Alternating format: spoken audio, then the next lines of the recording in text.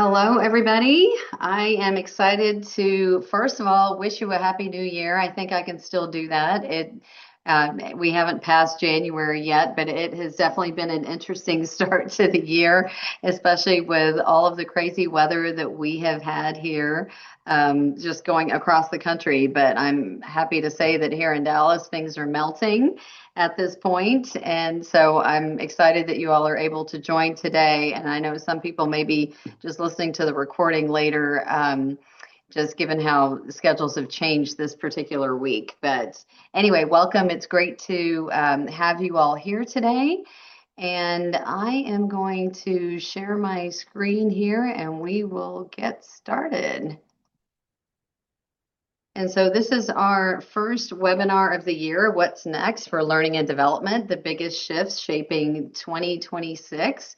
And for those of you who have not met me before, I'm Neena Newberry, and I'm the founder and CEO of Newberry Solutions. And we have been in business for almost 18 years, which is just crazy to think about at this point that it's already been that long. And our focus is around driving high performance. And prior to launching Newberry Solutions, I worked at Deloitte Consulting for 14 years, doing strategy consulting, operations consulting, then eventually moving into the leadership development space, both with external clients and then as part of our executive team at Deloitte. So I'm excited to welcome you all today. Just a little bit about who we are. I mean, we publish thought leadership white papers. We also host webinars regularly. Some of you have participated in ones previously as well, so it's nice to see you back here again. And we're also putting our thought leadership and strategies out in primarily Forbes and Fast Company, but have published in a variety of places as well. And also continue to invest in our local community here, giving back and serving on nonprofit boards. So that's always a fun way to be able to leverage the skills and experience that we have.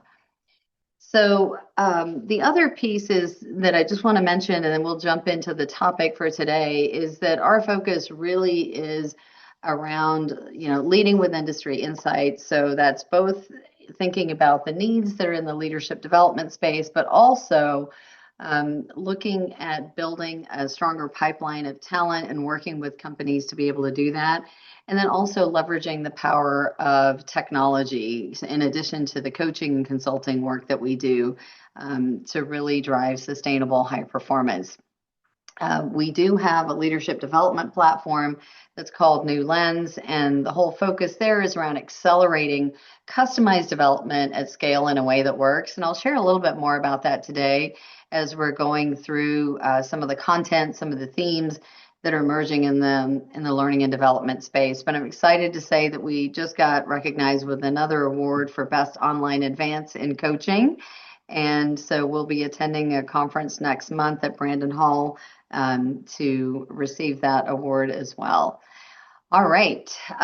So one last thing, and then we'll get started here. If you're not already on our distribution list for our New Lens webinar series, please do sign up there. Kim's going to put the link here in the chat as well. But today's webinar is a little bit different in terms of the format of what we've done in the past. Typically, we've got a business leader or HR leader or multiple leaders that are part of the conversation, and I share data, research, and we augment that with our experience working with a variety of clients, as well as the clients that we've had on with us sharing more about what they're doing within their organizations as well.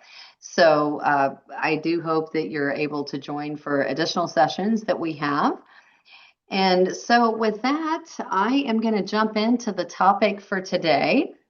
What's next for L&D, learning and development, the biggest shifts shaping 2026. And as we were putting this together, I realized just, oh my gosh, how much is actually going on in the world. There were so many different things that we could share in this session today, but part of what I wanted to do was give you a big picture view of what's going on and then bring it down to the level of, okay, what does that mean for learning and development? What does that mean for HR? And what's the employee perspective as well? So you'll see a combination of those things, as well as me sharing a little bit about how we're addressing some of the needs and shifts that we see as well. So as we get started here, one of the first things I'd like to do, though, is to just share this polling question, have you all jump in and share what's really driving your learning and development priorities this year. And so mark any of the ones that apply here. So business transformation, AI or technology-driven changes, performance issues, so whether that's gaps in performance, leadership pipeline gaps as well, right? Meaning, do you really have what you need for that next level of leadership as well? And retention, or it could be all of the above. So we'll give you a minute there just to answer the poll, and then we'll share the results in just a minute. And this will also help me get a little more grounded in, whether there are specific things I should be diving into.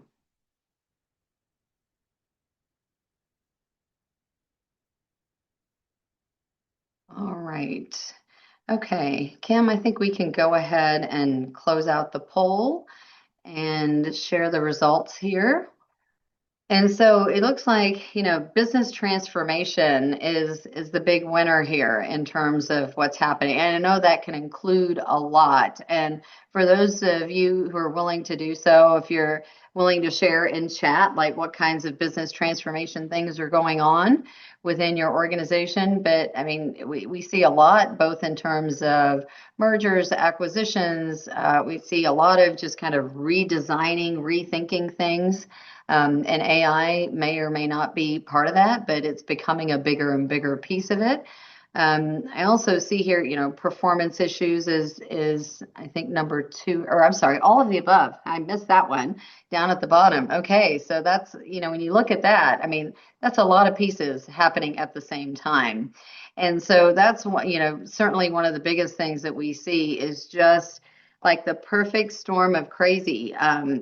And I would say is happening within organizations, as well as, when you look at externally, just the environment, what's happening globally, what's happening, in terms of the climate just in our country, right? There's a lot of civil unrest, so there's a lot happening that people are dealing with. So thank you for sharing this. I appreciate you participating in the poll. So we're going to move on.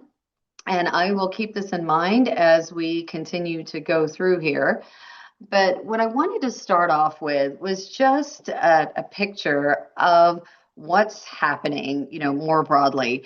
And today I'm going to be sharing research from the Josh Bersin Company, from Deloitte, from BCG, from, a variety of different sources today. But part of it is to really paint a picture of here's what's happening. Here's some of the things that we should be paying attention to. And, one of the big themes here is just the focus on productivity. And so several of you mentioned transformation, and as well as like all of those different issues are, driving changes within your organizations. And productivity, we're finding, is something that's absolutely at the center of a lot of this. So as you look at this chart here, it shows some of the major events that have happened that have impacted productivity over the years, certainly with AI being in the mix, more recently. But what's interesting to see here as well is just looking at the GDP per capita, right? And looking at the countries and the disparities, right, from country to country as well. So that was one of the things that really stuck out to me as I was looking at this, and certainly influencing decisions that organizations are making. And certainly, as we look at, being part of such a global economy, I mean, there's so much interconnectedness here, and influence over the strategies that we enter into as organizations. But productivity is going to continue to be something that's focused on as a competitive advantage. Then the other piece, so given that, Let's take a look at, well, what are some of the key drivers around high performing organizations? And so here are the five top drivers. Again, this data is from Burson, and you can take a closer look at the report that has some of this data in it as well. But number one, looking at AI transformation for growth, not just for cost control. There's been, like we've seen with a lot of our clients, a lot of restructuring, downsizing, or right sizing, whatever you want to call it, right? But with AI in mind as well. But the key play here around the AI piece is how do we really use this to drive growth and drive productivity? It's absolutely not just about costs, and which also drives the need for more innovation, right? So really that shift from continuous improvement to continuous innovation. We're talking about step function changes at this point, not making minor tweaks. And then dynamic work design, definitely a focus on the front line. Talent density is one I want to spend a minute on. This is really talking more about the number of skills that people have, right? So not just looking at how many people do we have, but what are those capabilities that they have, and how much can people flex? And so what this really refers to is also the mobility aspect, right? Can you move people around into different roles? And what are the skill sets that they have to draw on, the capabilities that they have to draw on? And then the last one I want to mention here is from change management to change agility. So this need to be able to respond very quickly, stabilize things, figure out what the direction is going to be, make decisions more quickly, right? It's not just about managing change, but being able to respond to it very quickly, knowing that the environment that we're in is much more fluid. And so this is going to be absolutely, critical as well as we continue to move forward. So with that, I want to, open up another polling question here. So which of these drivers are you already seeing prioritized at your organization, right? So AI transformation for growth versus cost control, continuous innovation at the core, dynamic work design, again, focus more on the front line, talent density, as I was describing that, right? Those capabilities, and that also gets into mobility, and then from change management to change agility. So we'll give you a minute to respond there.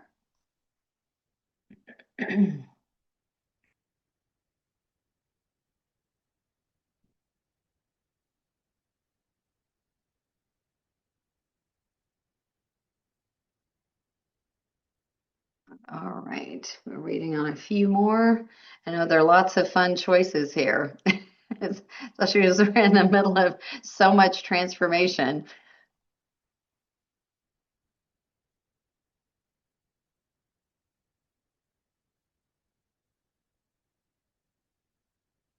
All right, I think we've got almost everyone. I'll give it just a few more seconds here for anyone else who wants to weigh in.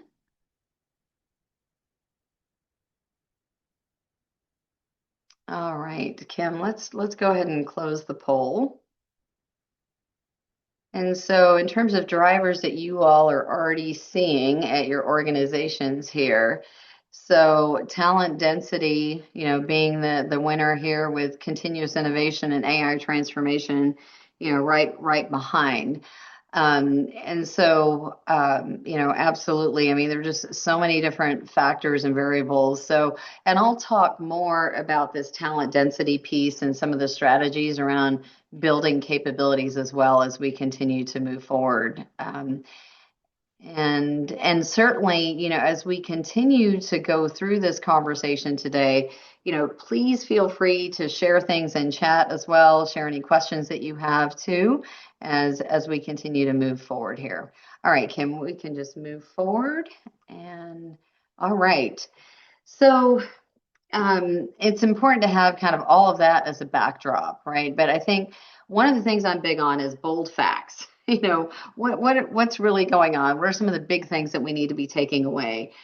And, this is pretty striking here. 90% of employees expected to need new skills by 2030, right? And so we've continued to see learning become more and more critical, but it truly, this is not this nice to have. Like, this is core to growth, transformation, all these different issues, business strategies that we're really talking about. So getting this right is really important. And what's interesting is, leadership development is an industry where, the investment is $360 billion a year. I mean, it is big, big dollars here. So getting this right is absolutely essential. So let's do one more quick polling question here. Especially as we look at the need for new skills. What percentage of your workforce do you estimate needs reskilling in the next 2 years? Just from your vantage point. I know we've got people who are in different roles, in this webinar today. So we'll give you a minute there.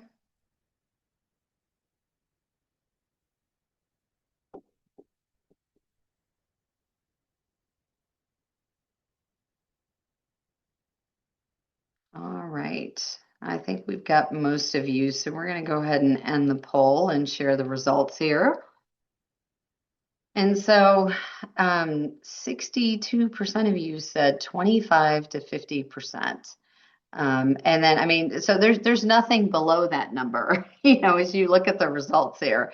I mean, these are pretty large percentages here. So you're all really feeling it in terms of shifts that need to happen. So this is definitely very enlightening as we continue to have this conversation. So we're sitting here in the middle of a lot of transformation, a lot of reskilling that needs to happen. So let's kind of take a look at, well, all right, what else is here that we need to be thinking about, as we continue to move forward. All right. So one thing I wanted to mention here is, okay, you have all of that as a backdrop. I really find this bigger picture view around how learning and development has evolved and will continue to evolve as something that I think is very helpful. So as we look back at starting with the late 90s, right? We had more e-learning, blended learning, and it's just amazing how many shifts have happened since then. And then more of a focus on talent management, right? So adding in more blended learning, social learning, right? So the mentoring pieces, learning from each other, and certainly, continuing to think about how do we leverage technology in the mix as well. So, shifting more from classroom style to now having online learning being integrated in that as well. And then as we look at this middle section here, 2012 to 2018, just looking at more of that emphasis around like learning coming from doing, not just actually, going through formal training classes, right? But the importance of getting experiences, but also leveraging more digital and micro learning. And, it was actually back in 2018 where we were building our New Lens leadership development platform, right? And then launched that at the end of 2019, but really looking at the fact that, people have less and less time to focus on learning, but the need for learning is important and different ways of learning are important. And then more of an emphasis on learning and the flow of work, more emphasis on micro learning, because to be able to fit that in, that's definitely something that we integrated into our New Lens platform. And then, more of a focus on creating experiences around developing capabilities. So, as we think about the different ways that you can evaluate effectiveness of learning, there's so much more of a focus on outcomes at this point, as well as, being able to provide opportunities to learn in a variety of different ways and having access, anytime and from anywhere. And now with AI in the mix as well, that's getting even more hyper personalized, right? So we've seen more and more of a shift to personalization. It's like, what's the stuff that I really need? What's going to help me in my specific role?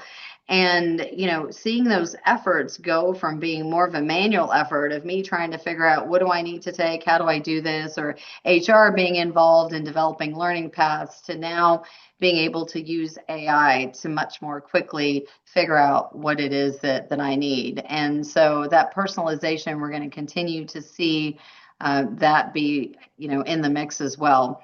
And then capability academies, I wanted to mention this too, because our New Lens platform is a capability academy. And so it's really blending a variety of different types of learning together. So not only driving that social and peer learning, but also having participation from leaders in the mix as well as being able to provide that micro learning and learning in the flow of work. But so really looking at a variety of different methods to be able to accelerate results.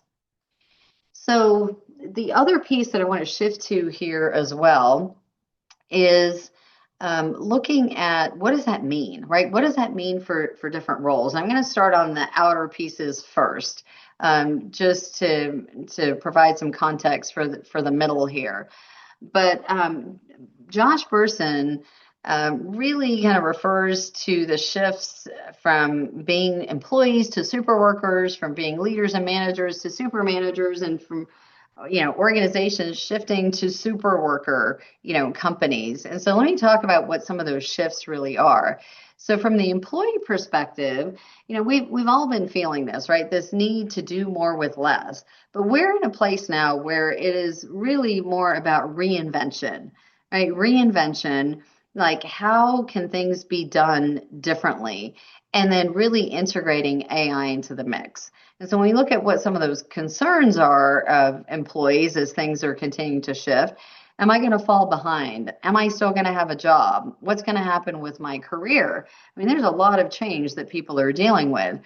On the organizational front, there have been shifts in headcount, like a refreezing headcount, reducing headcount. There have been multiple rounds of layoffs in many organizations, as we put new models in place. So re-engineering, really rethinking what things should look like. And then also, how do we use AI and how can we use it in a way that really drives more trust as well? And so not only are there implications for jobs, but also culture, right? Like what is the culture of our organization really going to look like as we're making these shifts? And then in the middle here, you've got leaders and managers, more pressure than ever in terms of what the job actually requires and what it entails. And so, these are individuals who've got to help drive these results that are over here, but also address these concerns and needs over here. So being that middle layer to support how work is going to get reinvented, to really be rethinking how things get done and helping their teams adjust as they go. And, all while looking at, well, what does this really mean for me? My position, my power, am I going to have the staff that I need to really get the work done? So it's a lot of change happening at a variety of different levels, but this is where the squeeze really, really comes into play. And so I want to talk a little bit about some of the skills that are really important and what super managers really need to be able to do. And so, the focus is human skills as well as AI, right? So human-centered, supercharged by AI. Love that description. I mean, that really says a lot just in that one phrase.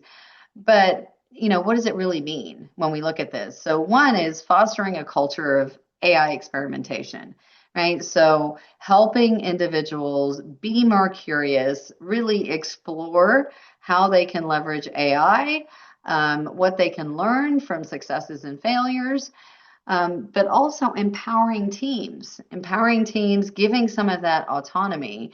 So some of the best ideas can come from team members, right, who are in there in the thick of the day-to-day work. And so being able to provide some guardrails and guidance, but yet being an enabler. and challenging them to rethink how things get done. And then leveraging AI for personalized development. So we've touched on that a little bit already, but really thinking about how can you use the platforms that are available, how can you tailor experiences, and also be more proactive about thinking about the career paths for each team member. And then democratizing opportunity and growth. And I think this is a really critical one as well, because when we look at budgets within organizations, they certainly vary by level, right? You typically see more of an investment per person at more senior levels within organizations. And some of the biggest untapped potential in organizations, though, is at lower levels, right? So making sure that knowledge is getting shared, people are getting feedback, that there's more access to some of these tools and resources and opportunities. And then trust is kind of the backbone of a lot of this too. As people are navigating through all of these different changes, there's a big component here around, open communication, clear communication, helping people understand what expectations are. And part of that means as a manager or leader within an organization, what are you doing to stay grounded and centered? Because there's a heck of a lot happening. And that's, thinking about within your organization as well as just in the world at large, right? And how is that affecting you? And certainly, one of the things that we see is still a lot of fatigue that's out there, pretty high stress levels. We've been running hard since 2020, right? We had a pandemic, there have been all kinds of changes since then. AI is more in the mix as well.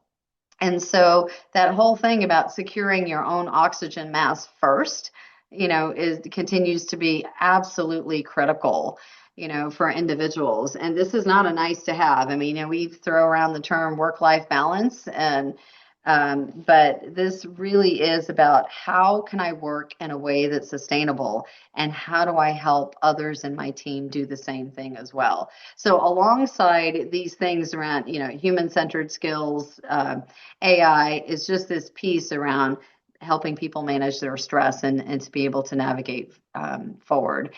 And, Kim, I have not been looking at the chat as we've been going, but certainly if there are any comments or anything that I should be paying attention to as we go through, feel free to jump in and interrupt me as well.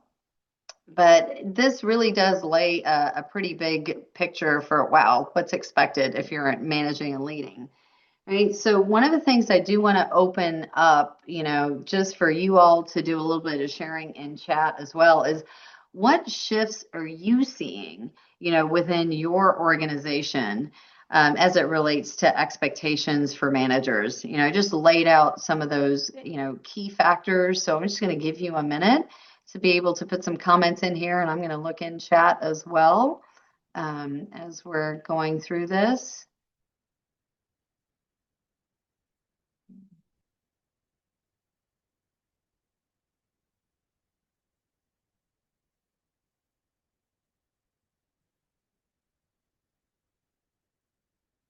And we've got a great mix of individuals who have registered for this webinar today. And so anything that you'd like to add in here would be fantastic. I think there's a lot of opportunity to learn from each other as well.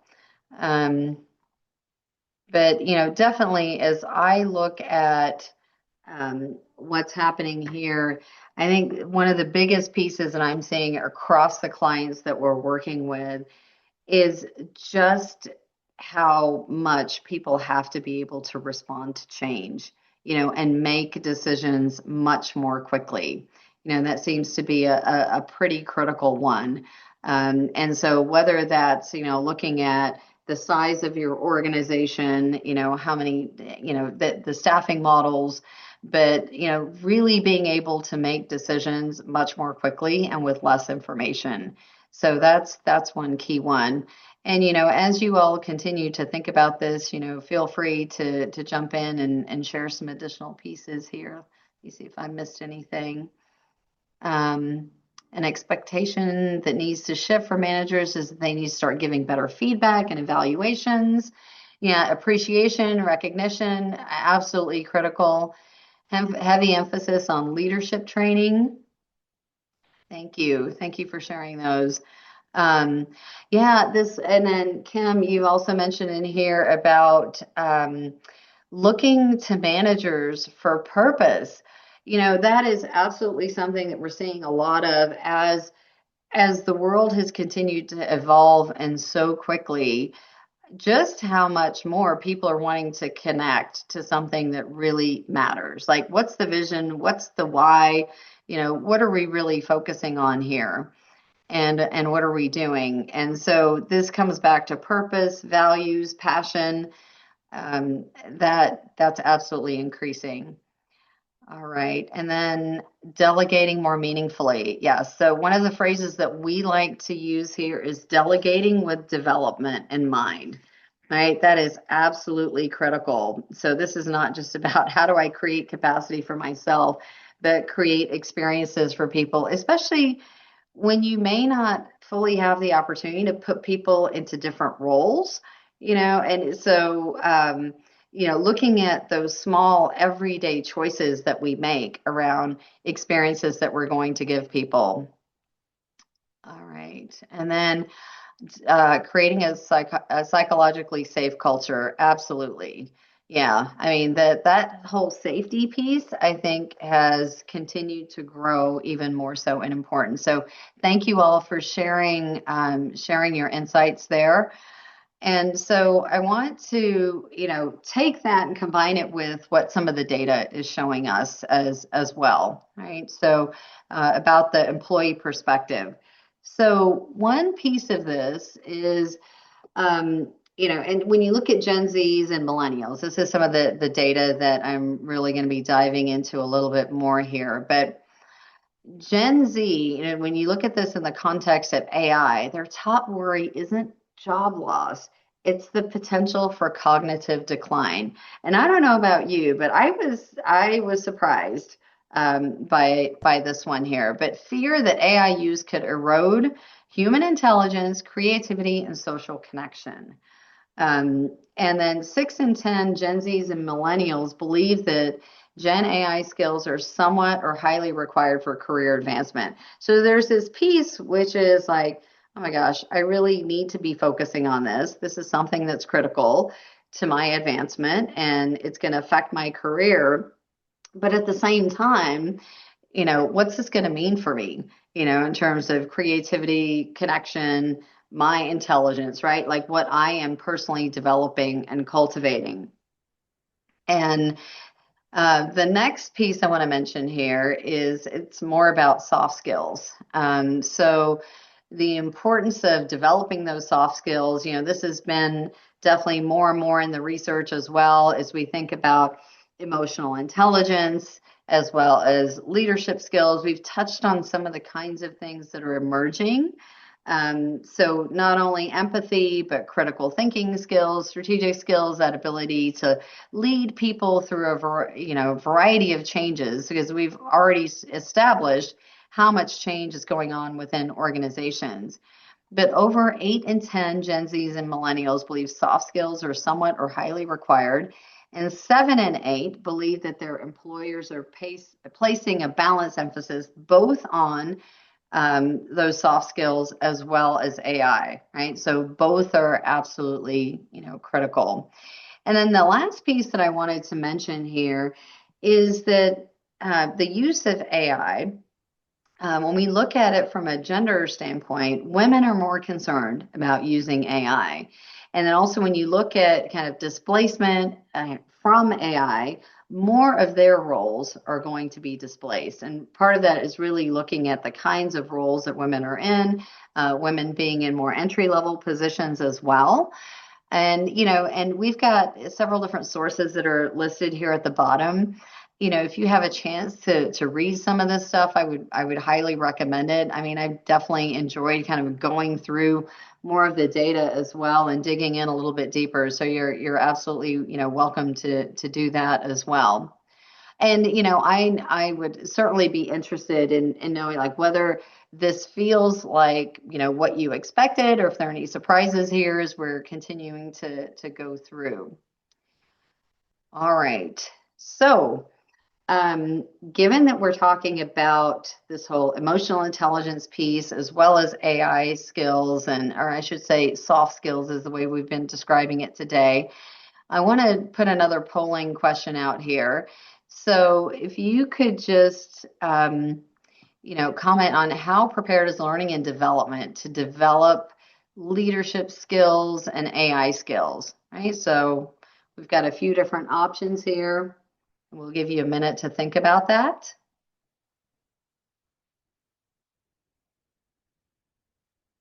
And while you're doing that, I'm just going to take a look at chat to see if there's anything else.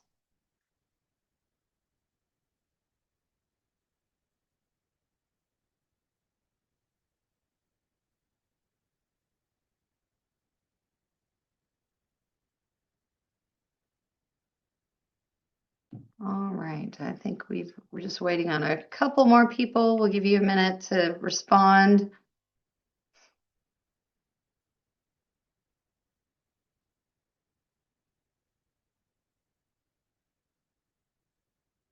All right. So Kim, let's go ahead and close the poll and share those results. So let's see. Well, so the big winner here is being well positioned for leadership development. 64% there. And on the AI skill development, we've got kind of somewhat prepared, seems to be the winner there. But we've also got a few of you saying, or 27% of you saying you're well positioned on that front. And so, again, just in the spirit of sharing and supporting each other as we're on this webinar, if there are any particular things that you all have been doing to really, position yourselves more effectively, whether it's on the AI front or the leadership development front. And I think most of you, are in organizations where there's been a heavy emphasis on leadership development, and that's been in place for a while. And so this, for some of you, it may be more of like, okay, how are we adding on to that and really adding in the AI piece in a way that's really going to be effective and useful. All right, so we're going to stop sharing here and we will move forward. I'm just going to do a quick check and Svetlana, I see you mentioned that you all have launched internal AI certifications. And yeah, it's interesting. We've seen a variety of different ways of people advancing just that overall AI literacy, just in general, but also moving much more quickly around creating AI spaces and platforms that are where there's less concern about internal confidential information getting out, and really being able to provide tools that people can use in a meaningful way. And then, we also see some of the organizations that we're working with, like really having more mandates and drivers around how AI should be used. It's interesting. Someone that I know at Amazon, we were having a pretty in-depth conversation around this, that it is actually built into performance expectations that people are supposed to be using AI as a way to really drive more productivity and to be able to accelerate the results that they're delivering. And so there are actual metrics around how much time people should be spending using AI every day. So, and there's been a lot of downsizing and restructuring in Amazon. I think there was just a recent announcement, I think it was just yesterday, with additional layoffs there. So the need to leverage that technology definitely gets heightened as those kinds of major shifts are happening within organizations. All right, so I am going to keep moving here. So let's talk a little bit more about, okay, so what does all this really mean then? As we think about what's next for HR and for learning and development. And so, as we kind of look at some of the things that we've talked about here, from a risk standpoint, there are a lot of skills that are a third of skills are expected to be outdated by 2030, right? And then when we look at what's top of mind for business leaders, almost 80% are identifying this skills gap as one of the biggest risk factors, into achieving the business strategies. And then the last piece here is, 6 in 10, right? 60% of employers see skill shortages as the biggest barrier to business transformation. And so, whether that's like trying to find the talent that you need in the market or looking at how you're cultivating, right? So just shortages overall, whether that's internally or externally. And so, we've been seeing these terms around upskilling, reskilling, that's definitely been part of the mix for a bit here. But when you look at, what's really happening here, by 2030, they're anticipating, 59 out of 100 workers are going to need training. And so some of that is more about upskilling within the role that you're in. There's a big portion here, 19, right, which would be focused more on redeployment. And then 11, where they're just at risk. Like, can we get there fast enough? Can we really, find places for these individuals? But then combined with that, you've got only 50% of HR teams believe that they, as an HR organization, have the right skills in HR to deliver impact, right? So there's an element of, we need HR's involvement to help, lead and guide as these changes are happening. But even within HR, there's that need to really accelerate those skills and build skills that are going to help the organization actually make these shifts. And then the third piece that I want to mention here is, as we look at the need to reskill, upskill, there've got to be multiple paths, right, in terms of the solution. So helping people reskill into new roles, as those shifts are happening, adapting within the current role. So very quickly being able to identify, here are some of the changes that are going to need to happen as these roles are being redefined. And then a lot more focus on career transition and career development. Like, how do we actually move people around? What are those career development plans and paths that we need to put together? And recognizing that those things also play a big role in terms of retention within organizations, right? Individuals continue to want a big investment in their own development. They want to understand how their careers are going to evolve and want to have a clearer path. Now, there's a lot of flux that's happening right now, but there are multiple, strategies that HR is going to need to focus on to get people ready. And so the new definition of success, when you look at learning and development, is how quickly can people contribute?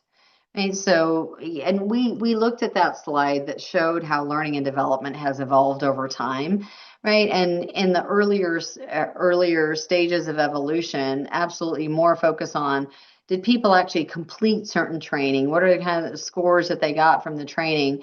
And that shift is so much more now to, how fast are they applying things? Are we able to do assessments to see what that skills application looks like? Are we actually able to move people around within the organization? Those are all measures of how quickly people can contribute, right? So putting the training together, being able to provide the resources is one piece of it, but are we doing this in a way that's really quickly allowing people to contribute? And so when we look at ways to accelerate this over here on the right, we've touched on some of these pieces, but I want to mention this one at the top first, right? So trust. So, there's been a lot of focus on putting tools in the hands of individuals, and giving access isn't enough. right? There's got to be that investment in actually helping them build the skills and confidence. So creating opportunities to practice, having more of that personalized learning. And I think we've seen, that people just simply having access to tools doesn't mean that they're going to use the tools, right? Especially as we've gone down the path with our New Lens leadership development platform. This is one of the reasons why we have so many different mechanisms to really drive the learning, to create that personalization, but also create opportunities to work with peers as they're going through. Psychological safety, this is an important one, and cultures vary pretty widely within organizations in terms of risk taking. So what I always find a bit ironic is the focus on, hey, we've got to deliver these results much faster. However, we want to minimize the risk as much as possible. And so sometimes that focus on helping people iterate quickly, learn, test and pilot on a smaller scale, that's not always there within organizations. So being able to make it safe for people to make mistakes and stepping out of perfectionism is a really fundamental piece here. And so there's that difference between what do we say versus what do we actually do and reinforce within the company.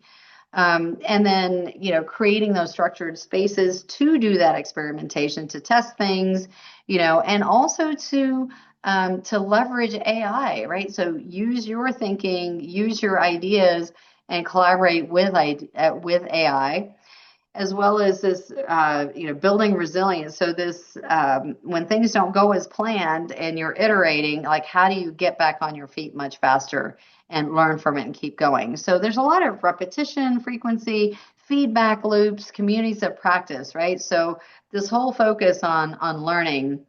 And this has absolutely been critical in terms of what we've been doing and how we've been shifting things. And when you think about things like executive coaching, which is one of the things that we offer, right? Part of it is you are challenging people, you're stretching them, you're helping them take action in a way that doesn't feel too risky, but it's going to stretch them. And you're focused on building habits, right? So there's some things that we can learn from that, but it can't all be packaged that way necessarily, right? And so one of the things that I want to share with you as well is how we've kind of put some of these things into play. So I want you to think about this from the standpoint of some of the key design elements that could be valuable for you to think about as you reflect on your own approaches. But what we did with our New Lens leadership development platform is first of all, it's micro learning. We want things to fit into the flow of work, right? Make it easy to fit in, because if you can't fit it in, you're not going to do it. I mean, and when we look at the amount of time that people have to spend on learning, it's getting more and more squeezed, right? I think it's less than 30 minutes at this point. And typically that time is getting interrupted at least 3 times during that period. Driving immediate application. And actually, let me back up for 1 second. The other piece is focusing on the things that truly drive high performance. There's a lot of stuff that you can be focusing on, but what's going to make the biggest difference? That's important. And then being able to take it and apply it quickly. And then also leveraging 3 different types of coaching. So we've talked about kind of this communities of practice, social learning, what can we learn from each other, creating a safe space. All of those are absolutely critical. So I'm going to just talk through an example of, like, if we had 100 people going through a program, the way that we structure that is we launch the program, and not only is that launching people off into the platform itself, but also really focusing on creating more of a safe space and looking at how can we start to drive stronger relationships amongst the group. So we break people down into cohorts of 4 to 6 individuals. And there's a shared experience that group has, which I'll talk about in a minute. But then also in the actual platform, where people are spending 5 minutes a day or 30 minutes a week. And as they're doing that, It is building a customized action plan. So each person is going through an experience where they get a personalized action plan because each of us could have different strengths, different development needs, and it's important to feel like what you're learning here is relevant.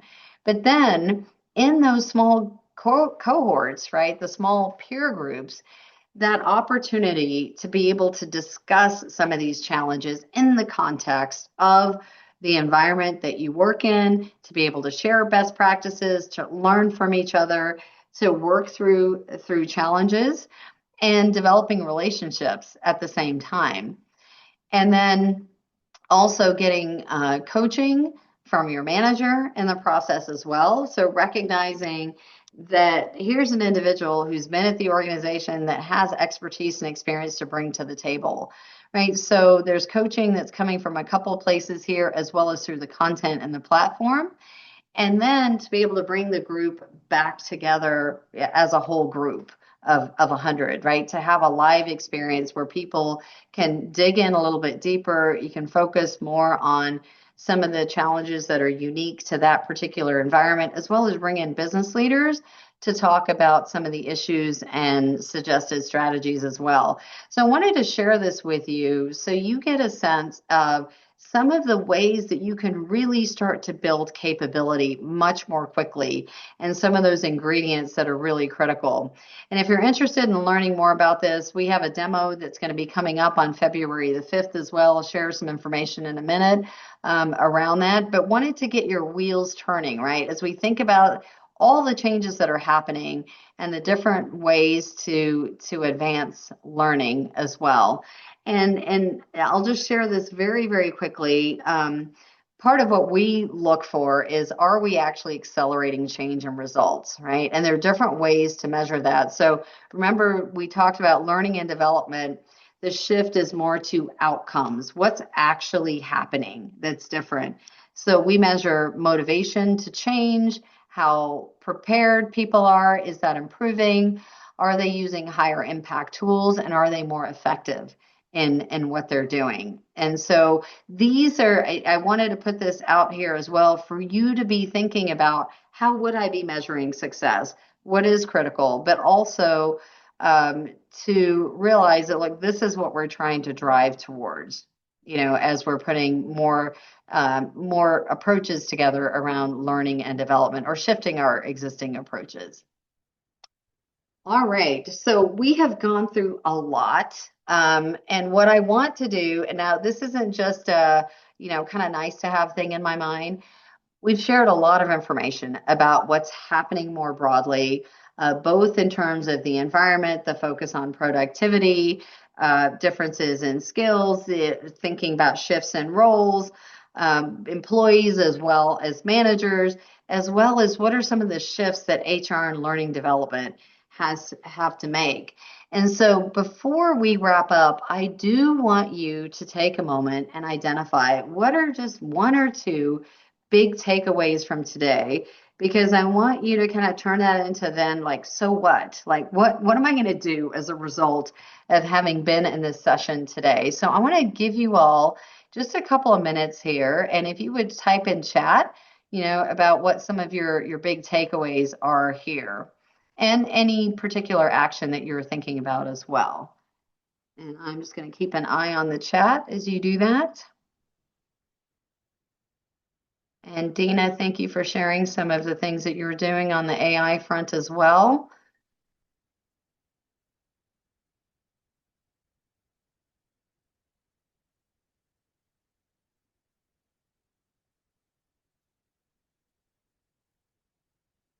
Right, I love it. I see that there's virtual coaching, AI coaching that's being leveraged.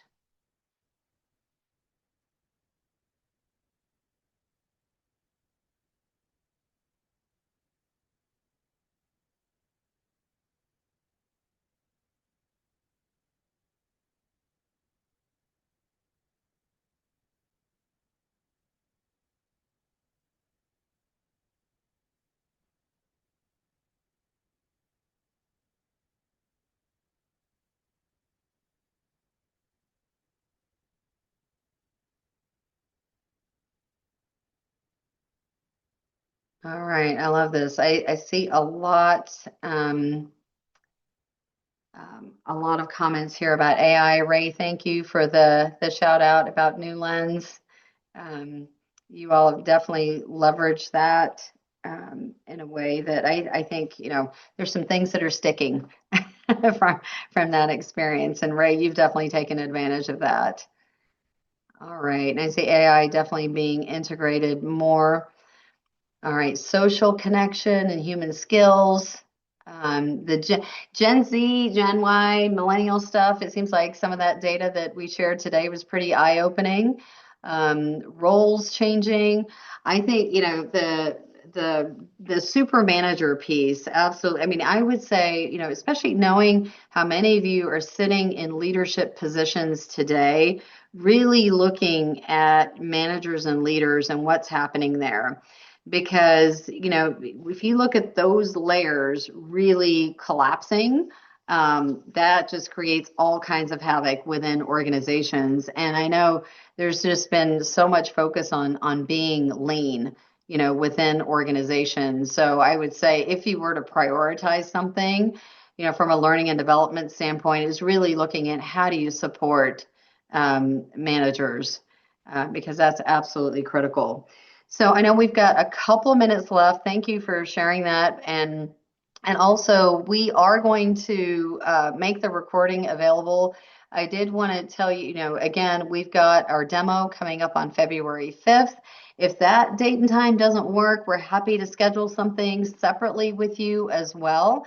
But you can scan the QR code, and then I think Kim's got a link that she can put into chat as well, for you to be able to just go straight to the registration page, if you're interested in that. And we'll send you the recording shortly as well. I did also want to mention that I'm, pretty good, or I can't take all the credit. I've got an awesome team. Sarah, I'm going to give you a shout out as well here, in terms of pulling together research information that would be very valuable to share with you all. So constantly doing that on my personal LinkedIn page. And then you can also follow the Newberry Solutions page as well. And if you'd like to reach out to me at all, directly, if there are any challenges we can help you with, I think the polling questions and your responses have been very insightful in terms of seeing the number of things that you all are navigating through today. But we are absolutely here to support you in any way that we can, whether that's us doing that directly or connecting you with others that can help. So I so appreciate your engagement and participation today. I know it's a lot of information to absorb, but you will be getting the link soon. So if there's stuff you want to dig into a little bit more or check out some of the sources, feel free to do that. And with that, I just want to say thank you very much. And Kim Ravancek, I will follow up with you. I just saw your note in chat, so I will follow up with you there. But thank you all so much. Stay safe, stay warm, and enjoy the sunshine. I'm for those of you that are in the local area, but wherever you are, hopefully you're getting some sunshine. All right. Thank you all. Have a good rest of the week.